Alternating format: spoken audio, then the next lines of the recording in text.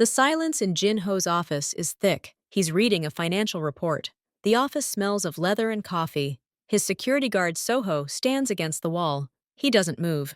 Suddenly, footsteps are heard outside the door. Light, quick, and then, heavy, adult ones. Soho is immediately on guard. His hand goes behind his back. Jin-ho slowly looks up.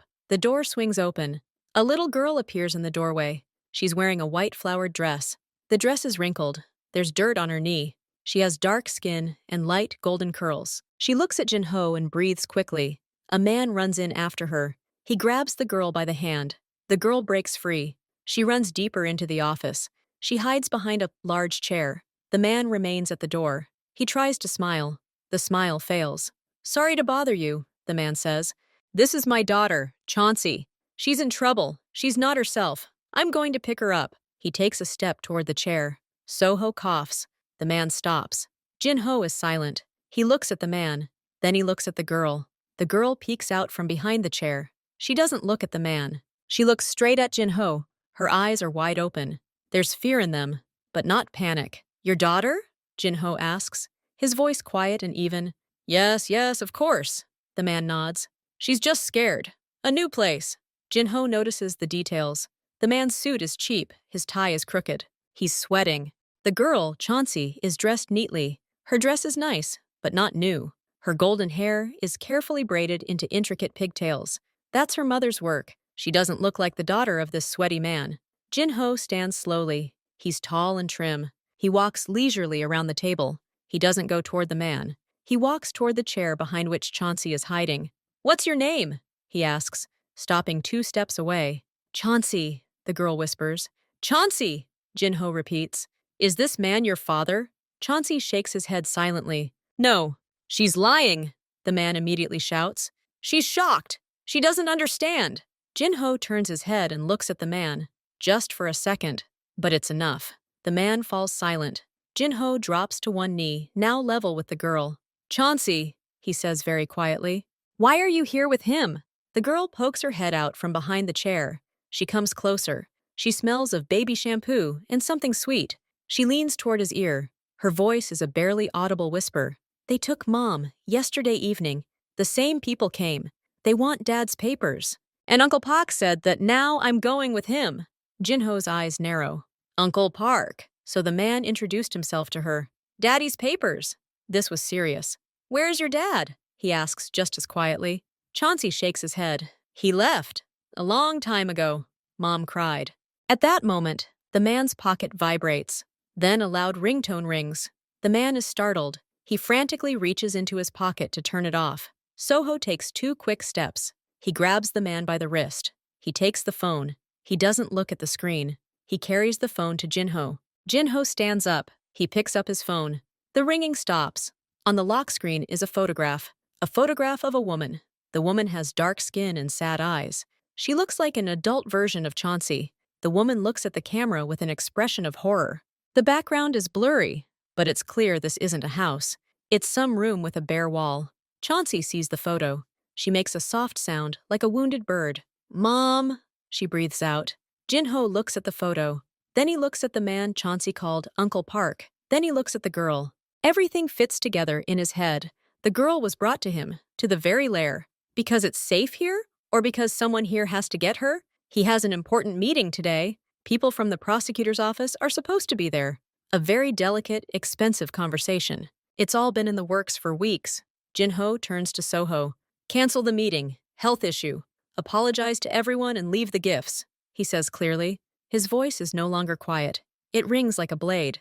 Soho immediately picks up her phone. Jin-ho glances at the pale man. "Take him to the blue room. Let him think. Don't talk to anyone." The blue room is a windowless, soundproofed space deep in the building. It's where people go to have serious conversations. Soho nods. He takes Uncle Pak by the elbow and leads him to the door. The man tries to break free, starts to say something. Soho makes one quick movement. The man quiets down and obediently walks away. The door closes. The office is quiet again. Only Jin-ho and a little girl, Chauncey, in a wrinkled dress, remain, looking at a photo of her mother on someone else's phone. Jin-ho looks at Chauncey. She's standing in the middle of the office, clutching the edges of her dress with her small fists. She's looking at the floor. The phone with her mother's photo is lying on the table. Chongshi, Jinho says. His voice becomes quieter again. Do you have your things with you? Your backpack? The girl nods silently. She shrugs off a small pink backpack. It has a pony drawn on it. The backpack looks worn, as if it's been carried for a long time. Jinho takes the backpack. He carefully unzips it. Inside is a change of clothes for the girl. A t-shirt, shorts, socks, a plastic bottle of water, a juice box, and a folder with drawings. Jinho takes out a folder. It's a regular children's ring binder. He opens it. There are lots of pictures. The sun, a house, flowers, a family, a woman, mother, and a girl. No man. Jinho flips through the pages, and suddenly his fingers freeze. He pulls out one drawing. It's different from the others. This drawing is drawn with a lot of pressure. The colors are dark. It shows a room. A woman is sitting on a chair in the room. It's her mother, April. Jinho knows her name now. She is drawn with big, sad eyes. Behind her is a door. The door is painted in bright red pencil, and through the window of the room, you can see the street. And on the street, there's part of a sign. The sign has Korean characters. Jinho immediately recognizes one character.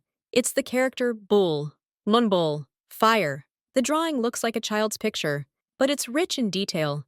It's as if the girl was trying to remember and draw exactly what she saw. Did you draw this? Jinho asks, showing the drawing.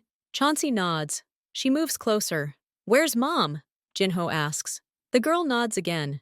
She points her finger at the red door. The door is red. There. And there. She runs her finger along the sign in the window. There's a fire sign there. Mom told me. Dad told me about the fire sign. It's important. Did Dad tell you about this sign? Yes, he told Mom. I heard it. He said, if anything happens, look for the sign of fire. This is where all the money is, Chauncey says, mimicking an adult intonation. Jinho looks at the drawing. The sign of fire. The place of all the money. It could be anything. A restaurant, a bathhouse, a store, a company. But now he has a clue. A red door. And a sign with the hieroglyph for fire. Jinho calls over Soho, who has already returned to the office. Call Minjun. Urgently, he says. A minute later, Minjun enters the office. He's a young man with glasses. He looks like a student, but his eyes are intelligent and quick. Minjun is in charge of information. He knows all the databases. He knows how to find things that others can't see. Jinho shows him the drawing. We need to find this place. The city, old buildings, signs with the character bull, especially on old signs. Restaurants, bathhouses, hostels, offices, anything with fire in the name. We're looking for a building that might have a room with a red door, from the window of which this sign is visible. Minjun takes the drawing. He studies it carefully. He takes a photo of the drawing on his tablet. The girl has a good memory for proportions, Minjun notes. The sign is large. It hangs high. That means the building where the woman is being held is most likely lower, or opposite. The window faces the sign directly or at an angle. What time is it? Jinho asks. 2 hours. Maybe 3. We need to go through the old databases of signs and licenses. A lot of them were torn down, Minjun says. He's already turning to leave, completely immersed in the task. I'm waiting, Jinho says after him. Chauncey sits silently on the couch the whole time. She tucks her legs under her. She looks at the men. They gave her juice from her backpack. She sips it. Jinho sits down at the table. He looks at Uncle Park's phone. He tries to unlock it. He needs a code. He tries several simple combinations. Nothing works. He puts the phone aside.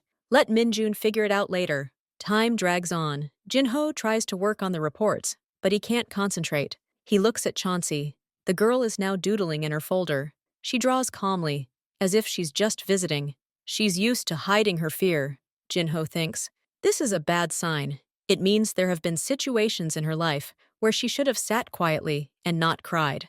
2.5 hours pass. Minjun returns. His face is serious. I found it, he says. The hieroglyph for fire. An old sign. The Fire Dragon restaurant. It was in the Gangnam district.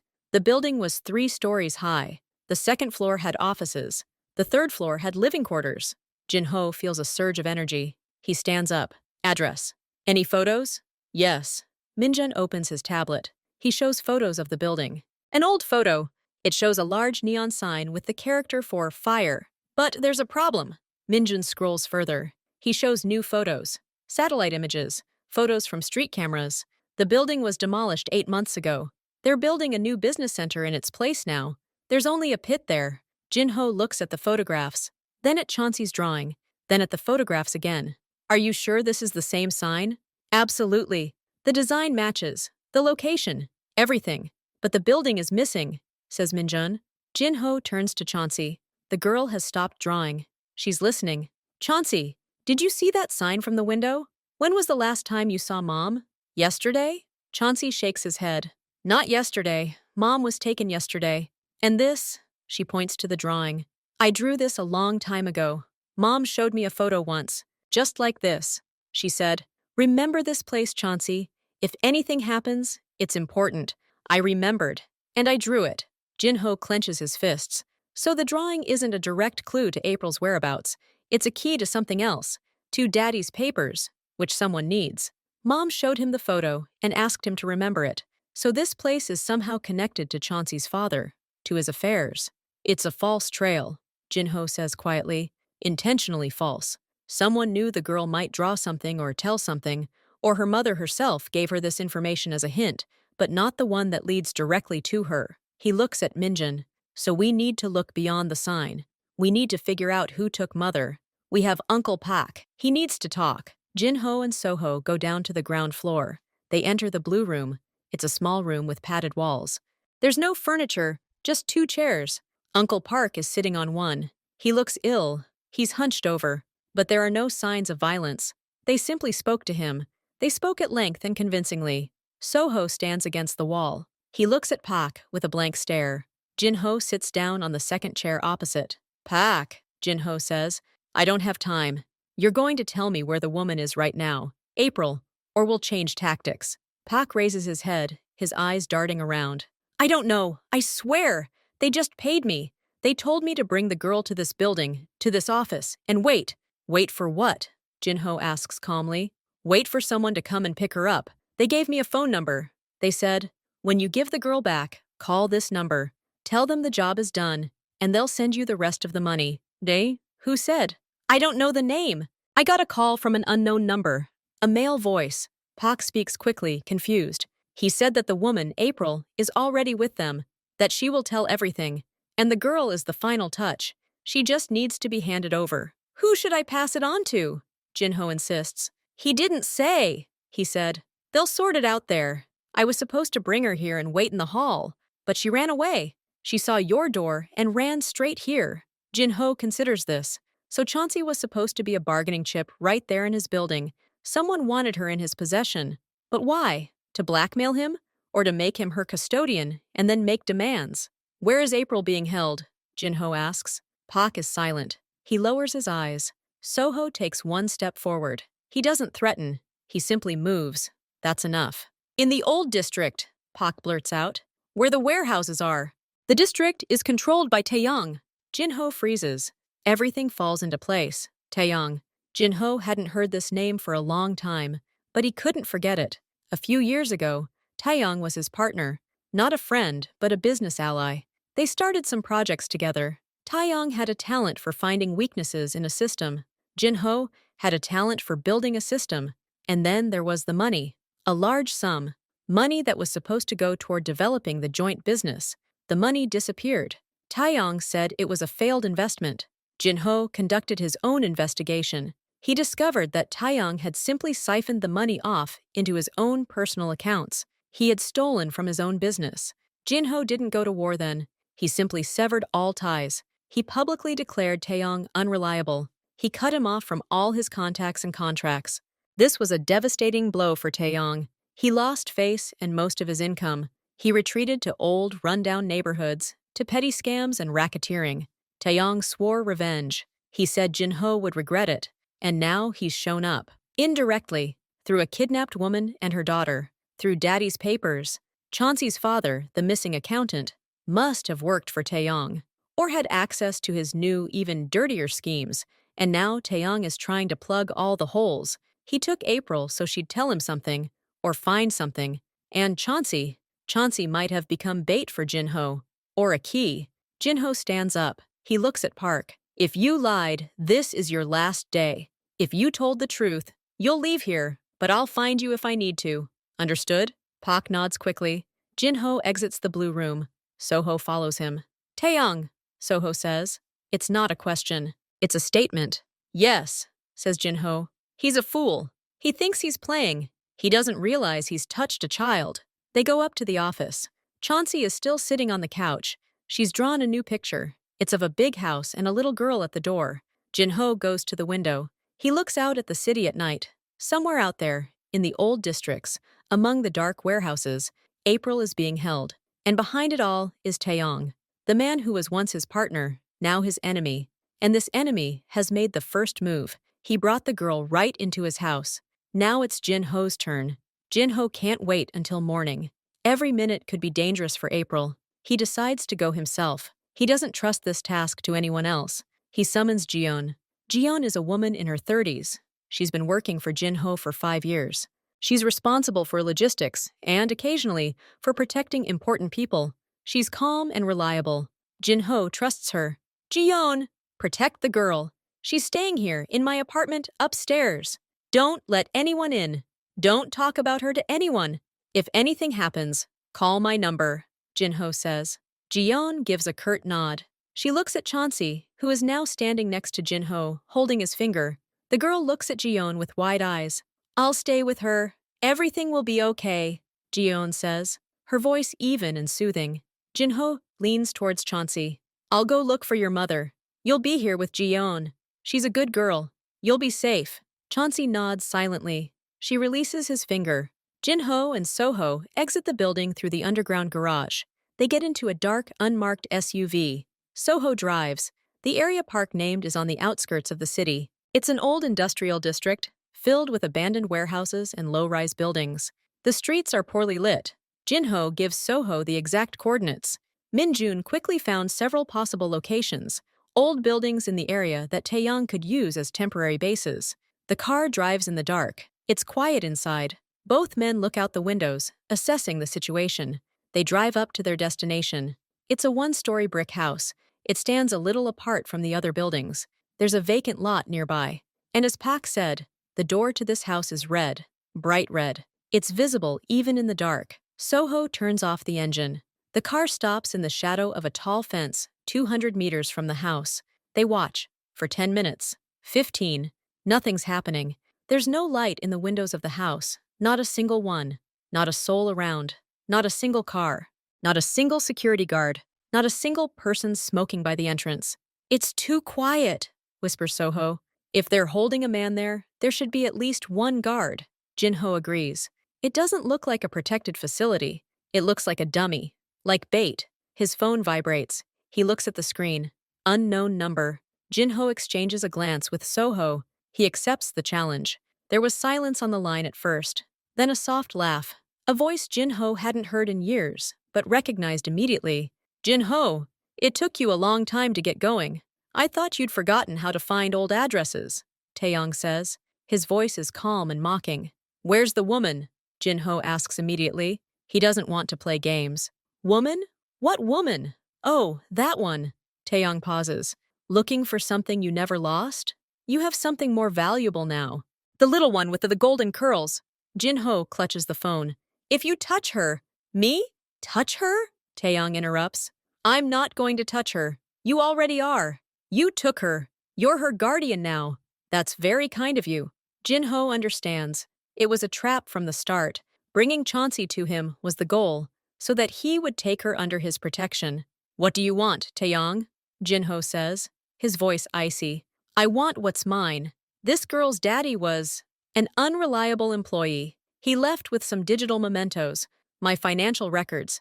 Very personal. He apparently thought he'd need them, and then he disappeared. But not before, the sly one, he passed on the key to those records. Not to his wife. She couldn't have managed it. He gave it to his daughter. In some toy, in some secret place. A nice family game. Taeyong pauses. I took my wife. I thought she knew everything, but all she knows is what he told her. Chauncey has the key. That's all. She doesn't even know what the key is. I thought if I took my wife, the girl would tell me everything herself.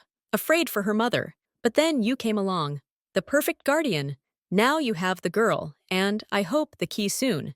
And I have her mother. A convenient exchange, don't you think? Jin-ho is silent. He thinks quickly. A key, a USB drive, a memory card, something digital, hidden in Chauncey's toy. Is the house empty? Jin-ho asks, looking at the red door. Of course. Why would I keep a woman there? It's just an address for that pathetic pack. So you have a place to come. So we can talk. Now listen, you have 24 hours. Find what Dad left, decipher it. Send me a copy, and I'll let April go. And keep the girl. She's your problem now. The call ends. Jin-ho lowers the phone. We're going back, he says to Soho. Urgently. The car speeds back to the city. Jin-ho calls Ji-yeon. The phone is picked up immediately. Is everything okay? He asks. Everything is calm. The girl is sleeping. Ji-yeon answers. Her voice sounds normal. Don't wake her. Wait for us. They arrive 40 minutes later. Jin-ho runs to his apartment on the top floor. Ji-yeon opens the door. She's in her pajamas, as if she were actually getting ready for bed. She's in the bedroom, Ji-yeon says quietly. Jin-ho walks into the bedroom. Chauncey is lying on the large bed. She's not sleeping. She's lying there with her eyes open, staring at the ceiling. Next to her, on the pillow, sits an old stuffed bunny. One of the bunny's eyes is missing. Chauncey sits up when he sees Jin-ho. Did you find Mom? She whispers. Not yet, but I found something important. Chauncey, your dad, did he leave you something? Hid something? Maybe in toys? In books? Jin-ho speaks softly, but quickly. The girl frowns. She thinks. Then her eyes stop on the hair. Dad, before leaving, he fixed the hair. Himself. He said he put the key to the secret inside, so I wouldn't lose the hair. But that's stupid. There's only cotton wool inside. Can I see it? Jin-ho asks. Chauncey hesitates for a moment, then takes the bunny and holds it out.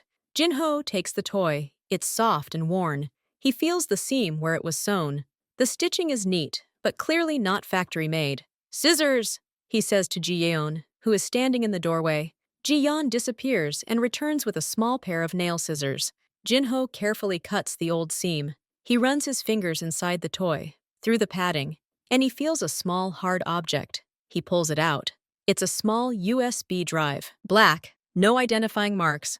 A regular flash drive. Jin-ho immediately calls Min-jun, ordering him to get up. Min-jun arrives 5 minutes later, already with a laptop. He takes the flash drive and inserts it into his secure computer. A folder containing several files appears on the screen. The files are encrypted. The file names appear as a random string of letters and numbers. Min-jun starts working. His fingers fly quickly across the keyboard. He tries to figure out the password. He tries the standard options. Nothing works. It takes time. It's a complex cipher, Min-jun says.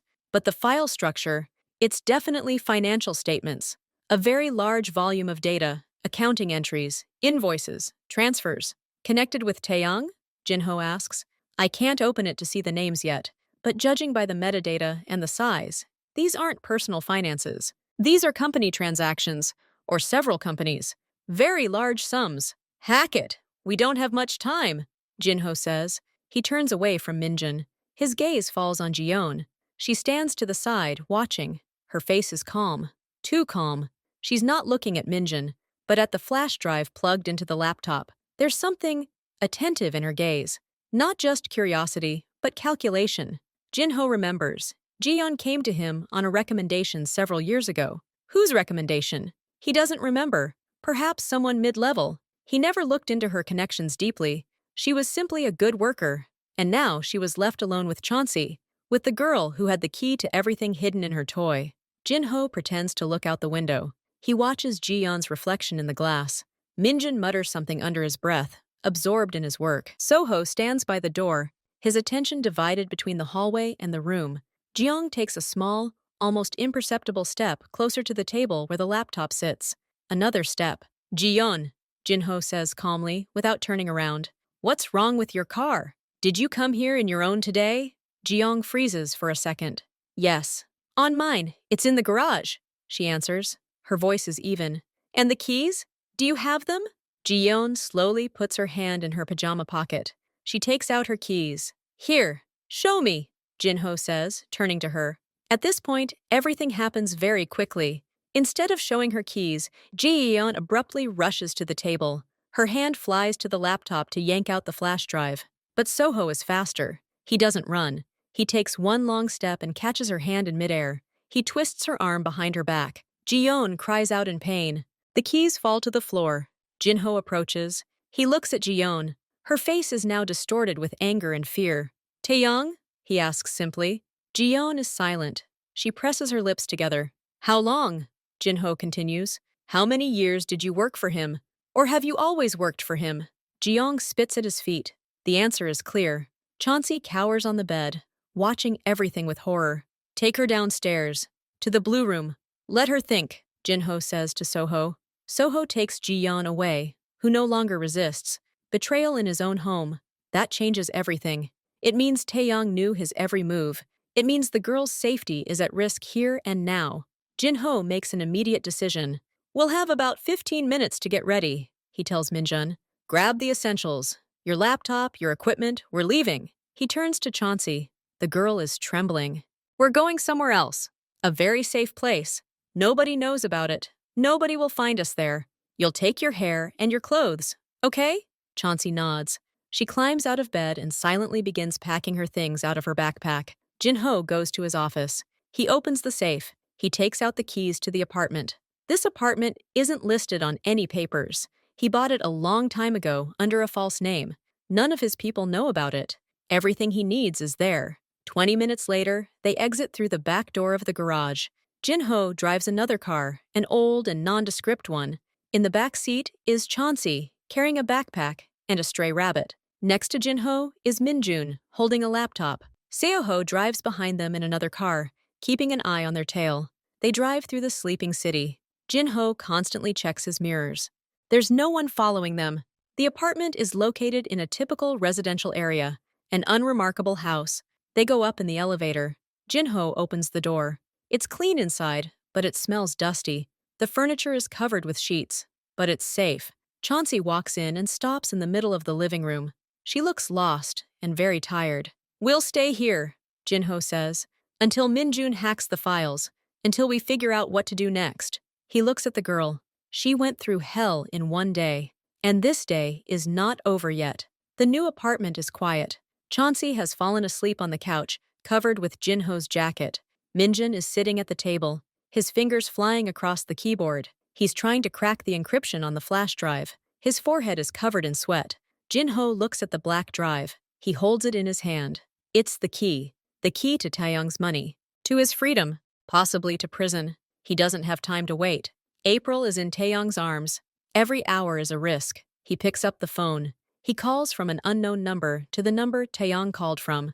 Taeyong doesn't pick up right away. On the fourth ring, found it already? Quick! Taeyong's voice is heard. It rings with satisfaction. I have what you want, Jin-ho says. He tries to keep his voice even. A flash drive. Data. I offer a trade. The flash drive for a woman. A fair trade. There's silence on the line. Then Taeyong laughs quietly. Exchange? You think it's that simple? You have the data, but it's encrypted. How will I know it's really what I need? You can give me an empty flash drive. I have someone. He's cracking the encryption. When he opens the files, I'll give you everything, both the copy and the encryption key, and you'll give April back, alive and well. And the girl? Taeyong asks quickly. The girl isn't part of the deal, Jin-ho says coldly. You wanted me to have her. Now I have her. She's staying here. Taeyong is silent again. Jin-ho hears him chewing something. Okay, Taeyong finally says. Let's say I agree to the exchange. The woman's details. But the exchange has to be on my terms. What are the conditions? Jin-ho asks. The place needs to be public, very crowded, so that no one gets any stupid ideas about using force. I'm thinking, the Cheonggu Indoor Market, tomorrow at 1 o'clock, during peak hour when there are the most shoppers. Cheonggu Market is a vast labyrinth of passageways and stalls. It's always crowded, noisy, and bustling. It's the perfect place to blend in or set up an ambush. You'll come alone, Taeyong continues. With a flash drive in your hand, my men will bring the woman. You approach each other in the center of the main passage. You hand over the flash drive. You take the woman.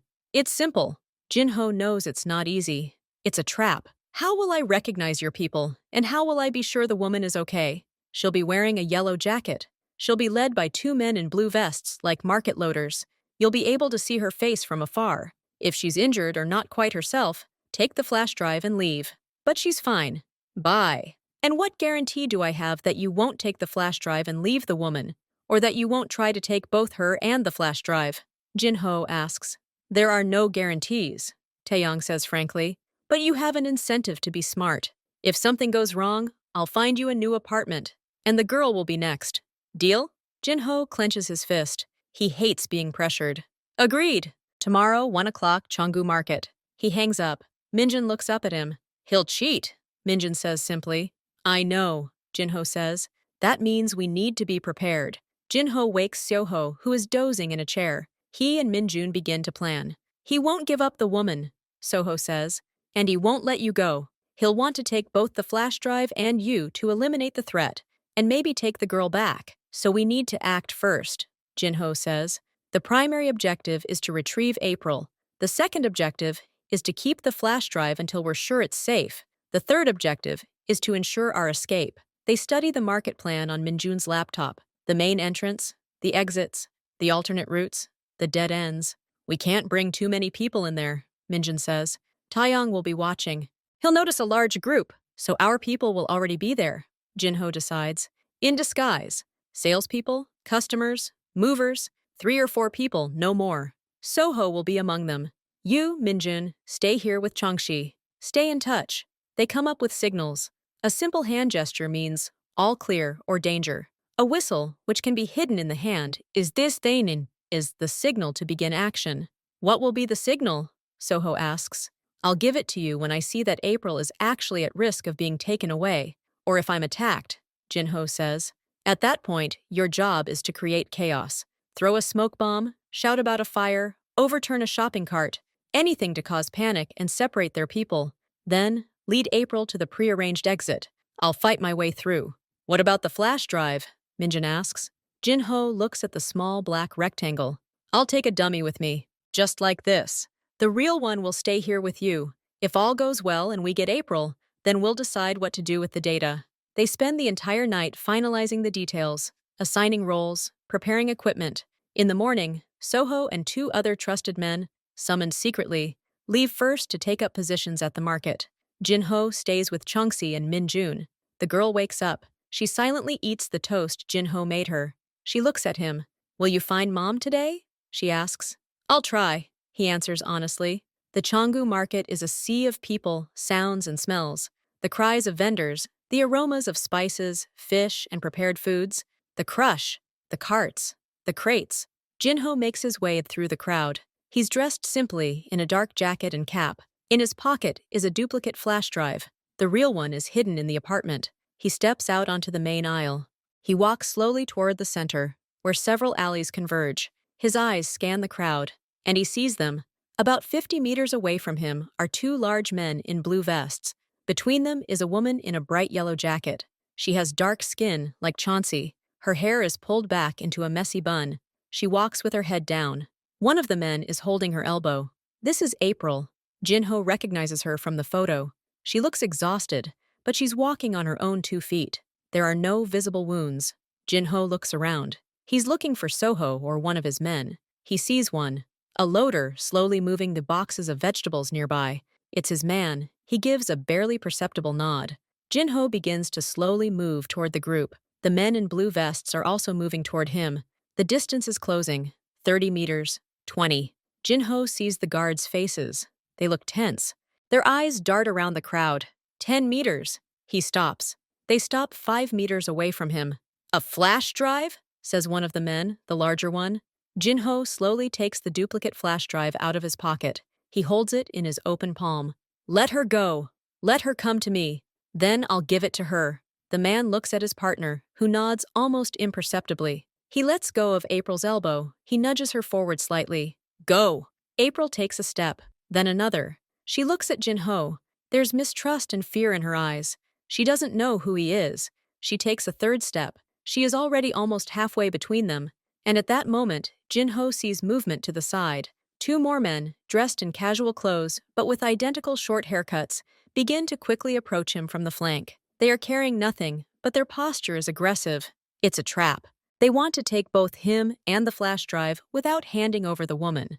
Jinho doesn't hesitate. He raises his left hand to his mouth, as if adjusting his lips, and lets out a short, sharp whistle. The sound is almost lost in the din of the market, but it is heard by those waiting. Everything happens in seconds. A vegetable loader abruptly overturns his cart. Dozens of oranges and apples roll across the main aisle, right under the crowd's feet. People slip and scream. A woman nearby screams and throws a bag of fish into the air.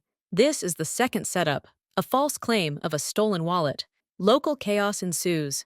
People jostle, trying to get around the sudden obstacle, shouting at the loader. The men in blue vests lose concentration for a split second. They look at the source of the noise. That moment is enough for Soho. He appears out of nowhere from the direction of the fabric tent. He doesn't run. He slams his shoulder into the guard who remained next to April. The guard, not expecting the blow from the side, falls to the floor. Soho grabs April's hand. "With me, quickly!" he tells her briefly. His voice is commanding and calm.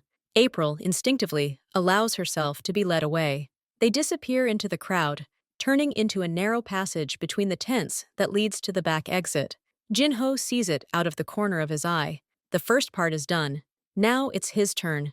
Two suspicious men are almost there. The guard, who remained standing, rushes towards Jinho to take the flash drive. Jinho doesn't give it up. He abruptly throws the dummy flash drive not into his hands, but at the crowd's feet. The black object disappears among the feet and apples. "Flash drive! Catch it!" he shouts, pointing in the other direction, creating confusion. The security guard hesitates for a second, deciding whether to catch the object or grab Jinho. That second is enough for Jinho to jerk back and sideways into the crowd of shoppers. The chase begins. Two men with short haircuts and a security guard push through the crowd behind him. The shouting and commotion are now working against Jinho. It's hard to run fast. He dives into the first side passage he comes across. It's a dried seafood alley. The smell is pungent. He runs, pushing off from the walls of the stalls. Heavy footsteps are heard behind. There are at least 3 of them. The plan was to reach the east exit, where a car was supposed to be waiting. But one of his pursuers apparently realized his maneuver and was trying to cut him off. Jinho sees a fork in the road ahead. Straight ahead is the exit to the street. But there, at the exit, stands another man in simple clothes, looking too intently in his direction. To the right is the depths of the market, a labyrinth. He turns right, into the aisle with dishes. The china clanks as he brushes against the shelves. He hears the salesman's cry after him, and then the voices of his pursuers. "Over there!" He doesn't have a weapon. He didn't want to take it to the market. Now that was a mistake. He bursts into the next alley, the meat aisle. Refrigerated display cases, the smell of blood and fresh meat. There are fewer people here. It's easier to run. He speeds up. He has to buy himself time. He has to reach the designated point, the small service door at the end of the fish stalls that Minjun showed him on the map. Soho should be there. He looks back. 2 of his pursuers are still behind him. The third has apparently gone around. It's about 30 meters to the service door. He sees it, an inconspicuous gray door next to a stall selling eels. He makes a dash. At that moment, the third pursuer jumped out from around the corner of the tent in front of him. He was breathing heavily, but he caught him. The man stops, blocking the narrow passage. He smiles an evil, triumphant smile. "Where are you going, Jinho?" he says. "Our boss wants to talk to you." He hears footsteps behind him. The other 2 will catch up with him now. Jinho is cornered. There's an enemy ahead. 2 more behind. The service door is so close, but out of reach. He assesses the enemy before him. Large, heavy, strength, but not speed. Jinho has no choice. He can't let them take him. If they take him, they'll come back for Chauncey, and April will have been saved in vain. He prepares to jump. The final push. Jinho prepares to attack, his muscles tense. He makes a short lunge forward, attempting to outflank the larger man. But the enemy is quicker than he seems. He grabs Jinho by the jacket and pulls him toward himself. Heavy breathing can already be heard behind him. The other 2 are about to catch up. And suddenly, a cry comes from the side. Not angry, but frightened. "Police! Police! They're stealing!" The cry causes the large man to momentarily loosen his grip. He instinctively looks in the direction of the cry. Jinho takes advantage of this moment. He jerks away. He looks there too, and sees a familiar face. It's Mr. Pak, the same pathetic Uncle Pak they kept in the blue room. He's standing by the next tent, pointing a frightened finger somewhere behind his pursuers. Over there! They're running! Pak shouts. The pursuers are momentarily confused. They don't understand whether this is a real threat or a diversionary tactic. Park catches Jin-ho's eye and, with a sharp jerk of his head, points not toward the exit, but deeper into the row, toward a pile of empty crates. Beyond them, a narrow gap between the tents is visible, a maintenance passageway, not immediately visible. This is a chance. The only one. Jin-ho doesn't hesitate. He knees the large man in the groin. He doubles over with a grunt. Jin-ho pushes off him and leaps toward the pile of crates. He squeezes into the gap. It's so narrow that he has to move sideways. Curses are heard from behind. Someone tries to climb after him, but the large man can't get through. They start breaking down crates to clear a path, but it takes time. The passage leads him into a dark, dirty corridor. This is the back of the market, where they store trash and empty containers. At the end of the corridor, a rectangle of light is visible, the door to the street. Jin-ho runs towards the light. He runs out into the street. It's an alleyway, littered with boxes. The air is cool and fresh after the stuffy market. About 20 meters away is a gray van. Next to it is Soho and April. Soho immediately opens the back door of the van. "Quick!" he says. Jin-ho jumps inside. April follows. Soho gets behind the wheel. The van takes off just as two pursuers emerge from the market door. They shout something and try to chase the car, but quickly fall behind. Soho drives quickly but without panic, weaving through the alleys. He constantly checks his mirrors. "No tail," he reports after a few minutes. Jin-ho catches his breath. He looks at April. She is sitting on the floor of the van, leaning against the wall. She is shaking. Her yellow jacket is off, revealing a simple t-shirt underneath. Red marks from ropes or handcuffs are visible on her arms. "Are you okay?" Jin-ho asks. April looks at him, her eyes full of tears and disbelief. "Who are you? Why did you do this?" "Your daughter Chauncey came to me. She asked for help," Jin-ho explains briefly. At the mention of her daughter's name, April's face contorts into a grimace of pain. She covers her face with her hands and begins to cry quietly. "Is she alive? Is she safe?" "Yes. She's waiting for you." April cries even harder, but these are tears of relief now. Soho drives a wide circle around the city, making sure they're not being followed. 40 minutes later, they pull up to the same nondescript building.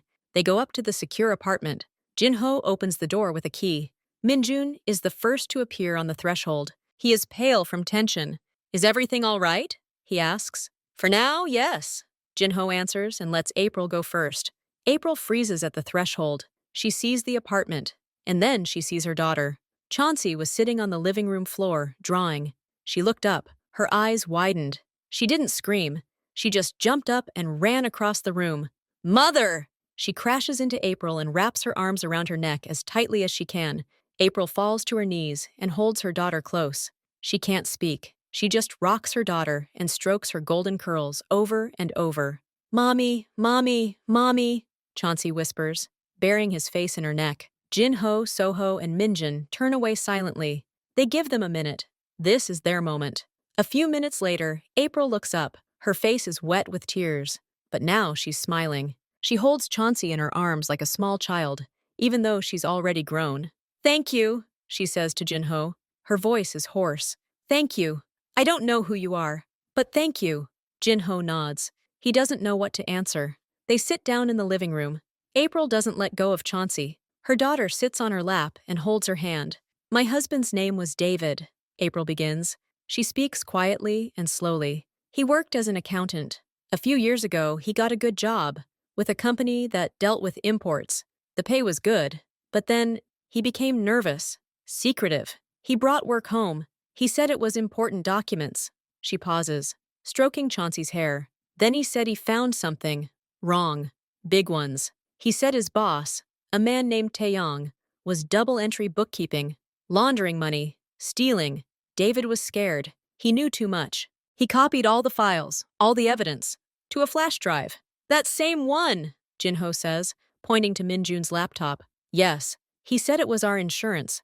If anything happened to him, we were supposed to give these files to the police. But he didn't go to the police himself. He tried to blackmail Taeyong, asked for money so we could leave and start a new life." April closes her eyes, pain contorting her face. "It was a mistake. Taeyong agreed, but he lied. He gave her some of the money and then David disappeared. He just never came home from work. That was 8 months ago. No call, no body, nothing.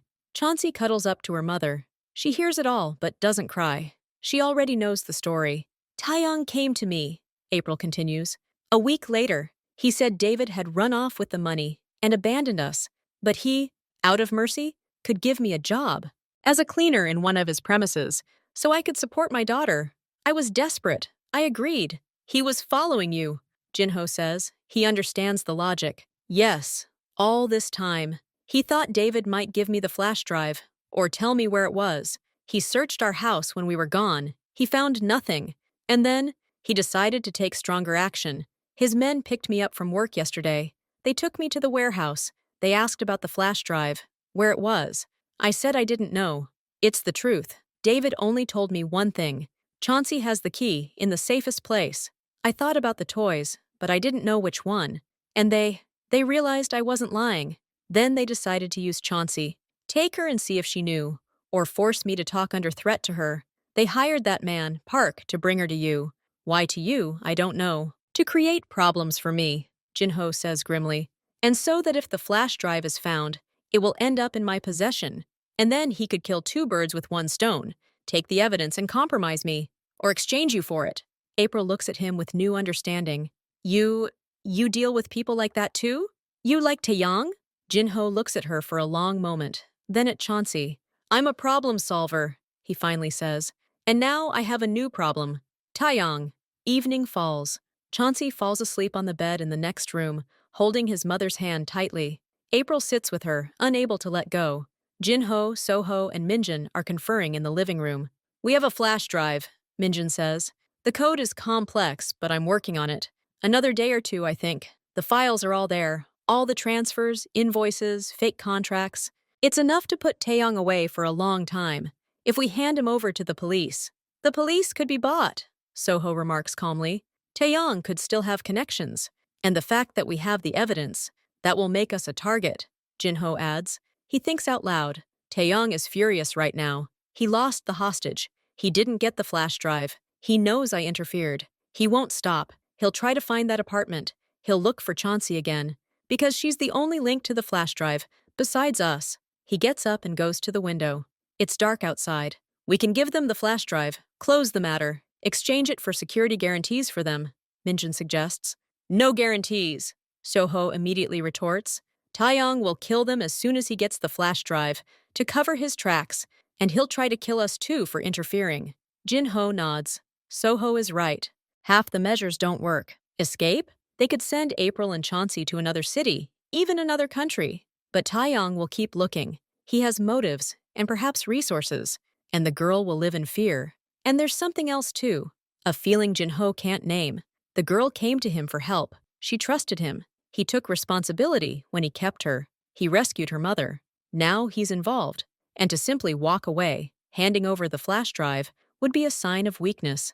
Not just to Taeyong, to himself. We're going to end this, Jinho says quietly, but very clearly. Once and for all, so she can sleep peacefully. Soho looks at him.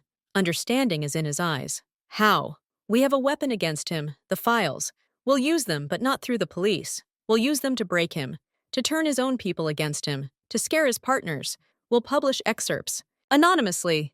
We'll forward them to his competitors, to the tax office.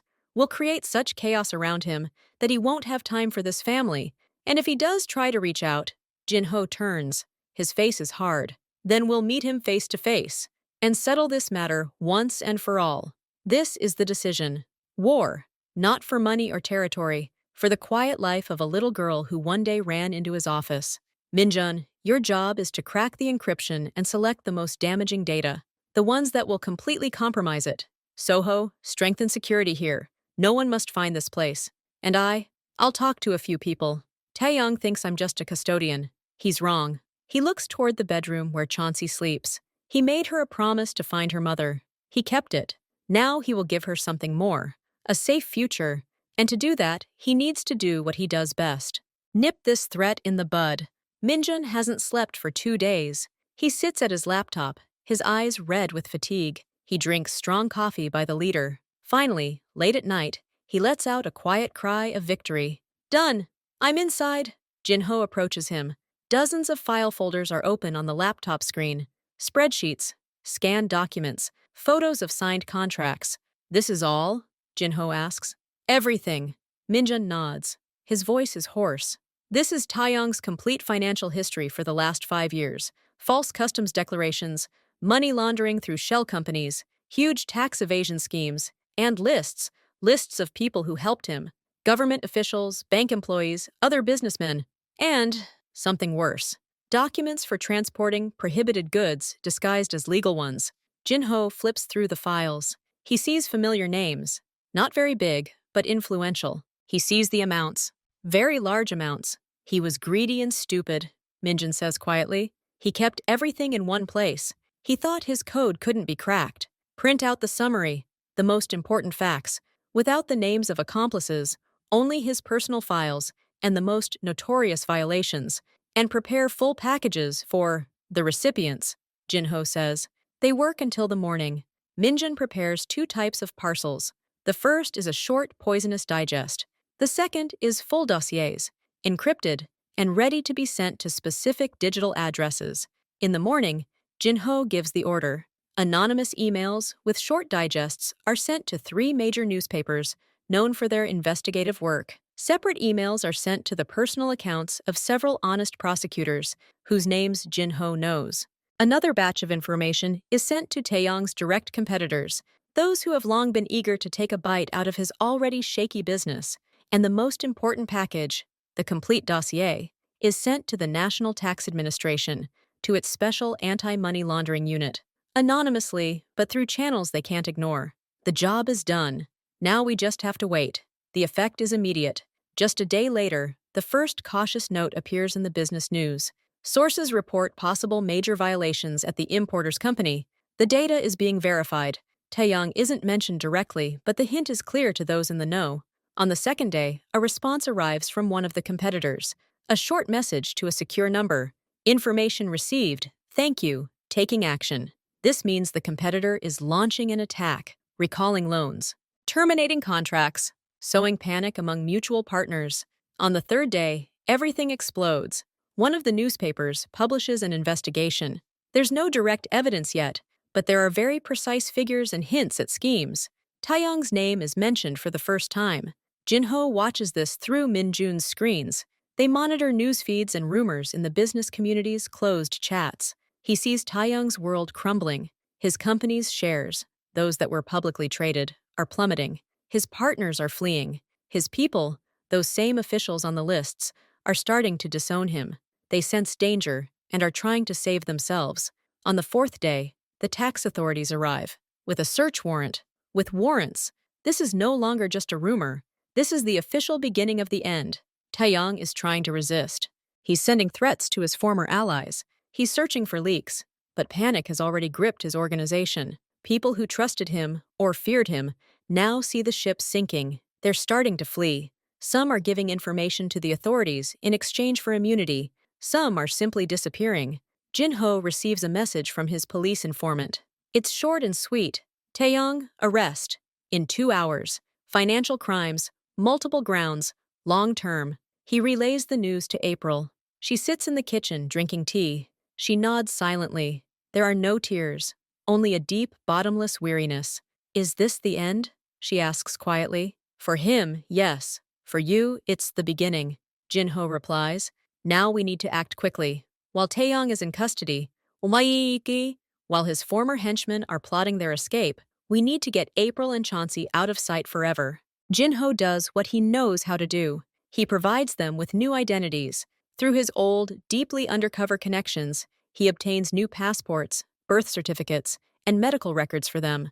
Everything is clean. Everything is legal on paper. He opens a bank account in a new name, at a small but reliable bank in another region. He transfers a sum of money there. Not a huge amount, so as not to attract attention, but enough for the first 2 or 3 years of a quiet life, for rent, and for Chauncey's education. He chooses a city, small, quiet, by the sea. He has an old, unremarkable house there. It was bought a long time ago and sits empty. He hands over the keys to April.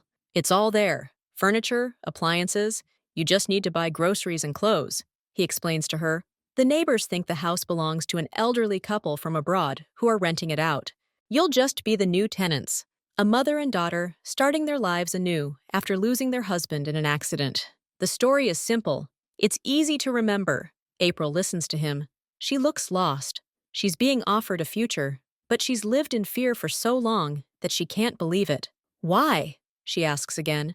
Why are you doing all this for us? Jin-ho looks at Chauncey. The girl is packing her things into a new, simple backpack. She puts her bunny, now neatly stitched, and a folder of drawings in there. She came to me, Jin-ho says. That's reason enough. The car is waiting downstairs. It's not an armored limousine, but a regular family minivan. Behind the wheel is a new man, a trusted driver who knows only the route and nothing more. The apartment is quiet. Her things are packed. April is wearing the simple clothes she bought the day before. She looks like an ordinary young mother. Chauncey approaches Jin-ho. She looks up at him. She holds a piece of paper in her hands. This is for you, she says and hands over the drawing. Jin-ho takes it. The drawing is made with brightly colored pencils. There are 3 figures. On the right is a tall man in black, he. In the center is a girl with golden curls, she. On the left is a shorter but broad-shouldered person, Soho. All 3 are holding hands, and all 3 are smiling. In the sky is a large yellow sun. At the bottom is the caption, "Thank you, Chauncey." Jin-ho looks at this drawing. He feels something strange in his chest, something warm and heavy at the same time. "Thank you, Chauncey," he says, his voice a little hoarse. "Take care of Mom." "I will," the girl promises seriously. April approaches. She doesn't know how to say goodbye. She doesn't dare hug him. She simply bows, low and respectful. "We will never forget you, never." "That's how it should be," says Jin-ho. "Forget it, live a new life. That's the best gratitude." Soho, who had been standing silently by the door, opens it. He too nods goodbye. His stony face softens for a split second. They leave. The footsteps fade away in the corridor. Then the elevator door slams.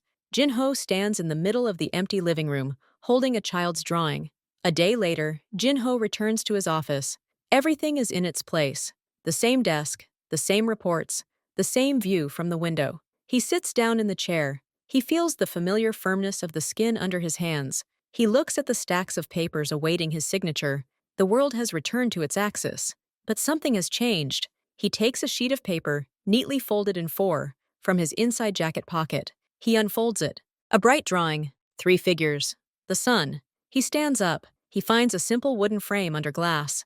It's usually used to hold photographs of contracts or important guests. He carefully places the drawing under the glass. He hangs the frame on the wall, not in front of the table, where everyone can see it, but to the side, next to the bookcase, where the light from the window falls, but where visitors rarely look. He sits down again. He opens the first report. Numbers, plans, diagrams. He works. An hour. Another. Sometimes his gaze breaks away from the papers, and for a second finds a drawing on the wall. 3 figures. Smiles. The sun. And in those seconds, the heavy, cold air of the office seems a little lighter. The cruel world outside the window retreats for a moment. A simple feeling remains. He did what he had to do. Not out of calculation, not for profit, but because it was right. He returns to his report, but the corners of his lips are slightly raised, almost imperceptibly. Jin-ho works. Day turns to evening, evening to night. The office is quiet again. Only the noise of the city beyond the glass and the rustle of papers. He finishes his last report and leans back in his chair. He feels tired, but not in a dull, heavy way, but in a pure, well-done way. He looks at the drawing on the wall. The sun on the paper doesn't fade even in the light of the desk lamp. He thinks about Chauncey and April. They're already far away. They're safe, he checked. Their minivan made it safely to a small town by the sea. The driver reported, "Target delivered, all is well." Then the driver erased all data and disappeared, as agreed. Jin-ho understands that he will never know more about them. And that's right. There's a quiet knock on the office door. "Come in," Jin-ho says. Soho enters. He's standing in front of the desk, as usual, but in his hand is a small dark wooden box. "What is this?" asks Jin-ho. "Found on Ji-yeon. When they searched her, she didn't have time to hand it over," Soho says. He places the box on the table. Jin-ho opens the lid. Inside, on the black velvet, lies an old key. Not a car key or a door key, an antique, heavy copper key. Attached to it is a paper tag with a number, 114.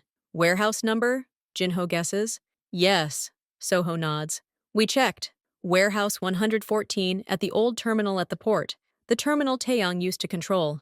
The warehouse is listed as abandoned, but the rent is being paid regularly to a shell company. Jinho takes the key. It's heavy, cold. Do you think it's from him? From Chauncey's father? Perhaps. Jiyeon worked for Taeyong. She was supposed to monitor and take away everything related to the family. Perhaps she found this key at their house earlier, but didn't give it to Taeyong. She wanted to keep it as a bargaining chip, or maybe she didn't understand its significance. Soho reasons. Jinho twirls the key in his fingers. The story seemed to be over. Taeyong is in prison. The family is safe. But this key is like an open parenthesis. It could lead to something important, or to new danger. We need to check, Jinho says. He stands up. The fatigue has vanished. They travel again at night. The port terminal is a land of rusty cranes and dark hangars. The air smells of salt, fuel oil, and desolation. Warehouse 114 isn't a hangar, but a steel shack sunk into the ground like a bunker. The door is massive, with a large padlock. Soho shines a flashlight. The lock is old, corroded, but secure. Jinho inserts the copper key. It goes in with difficulty. He turns it. There's a dull click. The lock gives way. Soho throws back the heavy latch and pulls the door toward herself. The creak of rusty hinges cuts through the haze silence. Inside, it's dark and smells of damp. Soho switches on a powerful flashlight. The beam of light picks out a small room from the gloom. This isn't a warehouse. It's an office. An old desk, a chair, empty shelves, and in the corner, a safe, small but sturdy, embedded in the concrete floor. The safe is locked with a combination lock. 4 digits, Soho says, shining the light on it. Jinho looks around the desk. Nothing. The shelves are empty. He approaches the safe. He thinks. The code. What could accountant David have used? His daughter's birthday? His wife's? His own? He remembers Chauncey's drawing, the one with the hieroglyph for fire and the red door. He remembers Chauncey's words. Dad used to say, if anything happens, look for the fire sign. This is where all the money is. Maybe it's not about the sign. Maybe it's about the code. Fire in Korean is bul, but that's a word. Numbers. The Korean language has a system for representing numbers with words, but David was African American. He would hardly have used Korean numerals. Jinho stares at the rusty walls of the safe. Suddenly, his gaze falls on a barely noticeable scratch next to the dial, a scratch in the shape of an irregular line, and just below, another parallel one, and another, 4 lines. Then they break off. It's as if someone had entered the same code many times and accidentally scratched the paint with their fingernail. 4 dashes, 4 numbers. He squats down. He peers closer. The second and third lines are slightly deeper. So, were these numbers pressed more often? Or with greater force? This is stupid. This assumption borders on fantasy. But there is no other way. He tries. 1, 2, 3, 4. The lock doesn't open. 2, 3, 4, 1. It doesn't open. He thinks of Chauncey, her golden hair. She's 7 years old. 0707? It won't open. He looks at the scratches. 4 lines. Maybe it's just a coincidence. Maybe the code is different altogether. And then it dawns on him.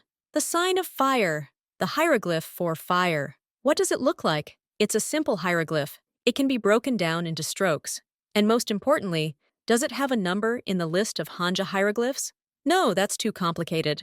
But dates are often used in digital combinations. The date when it all began, or when it all ended. Jinho takes out his phone. He scrolls through Minjun's notes on Taeyong's files. He's looking for a date. The earliest date in the financial fraud. The one when the Great Deception began. He finds it. 4 digits. The month and year of the first major scam. 0915. September 2015. He enters the numbers. 0915. A quiet but resonant click. The safe lock opens. Soho lets out a short, surprised breath. Jinho pulls the heavy safe door towards him. There is no money inside. No gold. No jewelry. There are folders there. Thick paper ones. And a small leather-bound notebook. Jinho takes out a notebook. He opens it. The pages are covered in neat, male handwriting in English. It's a diary. The diary of David, Chauncey's father. He flips through the pages. The first few pages are the usual accountant's entries. Then the tone changes. Fear sets in. He's forcing me to falsify documents. I'm scared. The amounts are getting higher and higher. This isn't a mistake anymore. It's a system. I told April we have a problem. She's scared. Chauncey feels the tension. Jinho flips through the pages. He finds the last entry. The date is 3 days before David's disappearance. I copied everything. All the evidence against Taeyong is on the flash drive. I'll give it to April. But I need insurance. I need something tangible. I found an old warehouse. 114. Taeyong thinks it's empty. I rented it through a front man. I put the originals in there. The very first documents. The ones that started it all. With signatures. With seals. They can't be forged. If the flash drive is destroyed, these papers will tell everything. I'll leave the key at home. April has to find it. Or Chauncey when he grows up.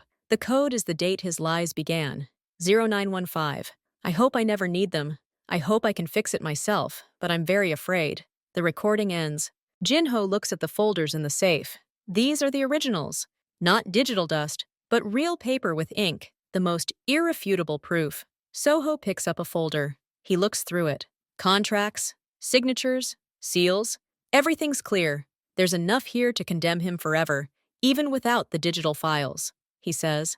Jinho closes the notebook. He puts it back in the safe. Then he picks up the folders. They're heavy. They contain the full details of Taeyong's crimes and the last will and testament of a man who wanted to protect his family. We're taking everything, Jinho says.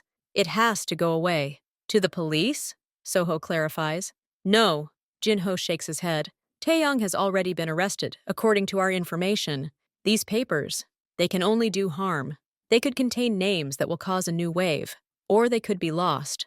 Or they could lead back to April and Chauncey. No. He looks at the papers. He thinks about David, the accountant who got scared and did the right thing, but too late.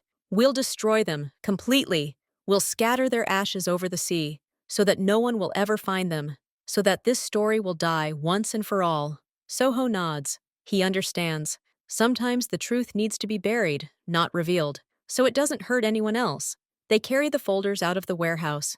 Jinho is the last one to emerge. He turns and looks at the open door of the dark shelter. He does one last thing for a man he never knew, a girl who entrusted him with her mother. He locks the door with a copper key. Then he throws the key far into the dark waters of the harbor canal. A splash, a ripple on the water, and silence.